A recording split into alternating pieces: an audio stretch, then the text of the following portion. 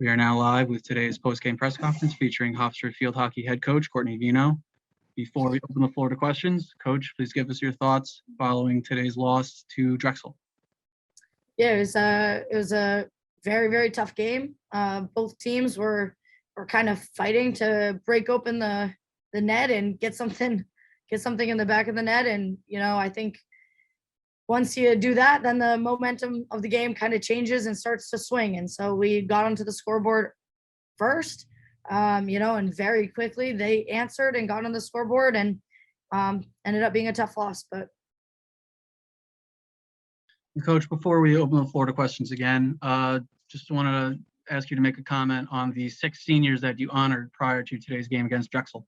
Yeah, incredible group, and actually an emotional post game and from those guys, and they've committed a ton to this program and in their career, and have really pushed the development of our play, the development of our culture, and incredible leaders. So they're very special, our underclassmen, and coaching staff are sad to see them go. But what they've done for this program is absolutely going to trickle down and carry over and help push us for many years. We will now open the floor to questions. Please remember to use the raised hand feature, and Coach Veinotte will call upon you. Jonathan. Hey, Coach. So Aline Oldman scores again today. She got off to a bit of a slow start to start off the season, but overall, she's been one of the most consistent, one of the best first years on this team so far. What's your assessment on how much she's grown since the season started? Yeah, she's grown a ton, and I think she is very crafty and can create for herself, but she also is becoming a key distributor in our team with creating attack for others. So it's them working together to try and, as a forward unit, be composed and create attack. I mean, probably looks very similar to the goal that she had on Friday against Delaware, the one she had today. She received, got a quick shot off, and found the back of the net. But very, very proud of her, and kind of the attacking unit of being able to create and be inside of our attacking third much more than in the past. Daniel.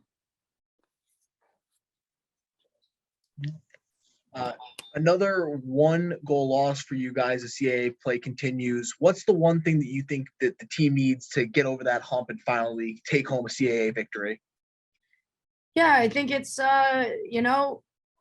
learning to finish games and learning to finish with some strength. We are getting attacking opportunities, and we are dangerous on attack, and we've absolutely grown throughout the season. And yeah, it's tight. They're very, very tight matches. But controlling the momentum and being able to close out games is crucial for us right now.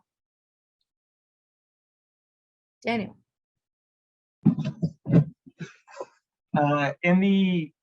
In the whole game, you guys had a lot of opportunities on defense where, despite giving up 3 goals, they played very well. What was your thoughts on the defense?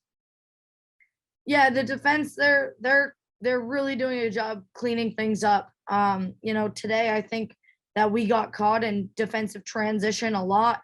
We were a little bit conservative in our press the first half, and we switched things up at halftime to try and put some more pressure on Drexel's backfield, which created more attack for us.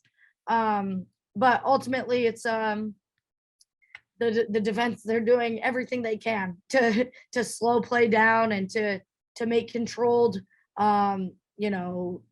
defensive transition and controlled defensive 25s. So they're doing a good job. It's really just one defensive opportunity mistake can create a goal against, and trying to just clean up the little things every day to get a little stronger. Jonathan. Hey, Coach. So I noticed when Frankie OBrien was up, if I heard correctly, she actually aspires to be a field hockey coach herself one day.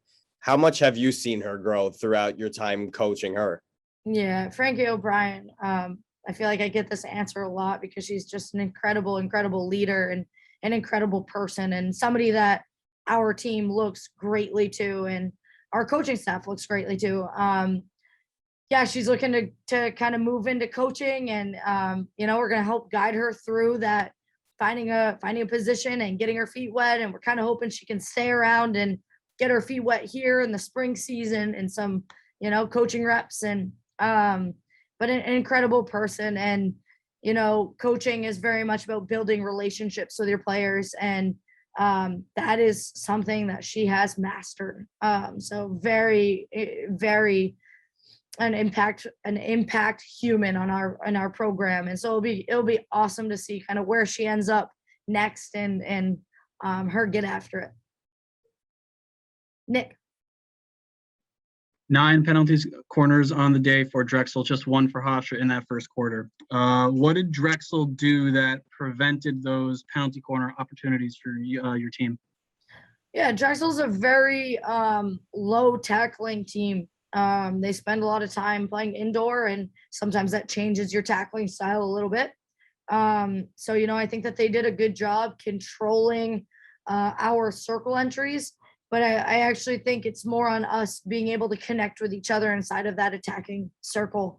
We're getting circle opportunities. We're getting attack 25 entries. It's now that next piece of connecting passes, putting balls right to, you know, your attacker's stick and your teammate's stick, and not kind of 50-50 play ball. So I think it's a little bit more on us to clean things up on the attacking side and be grittier inside the attacking circle than it was Drexel influencing our play.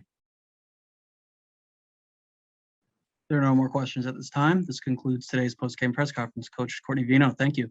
Thank you.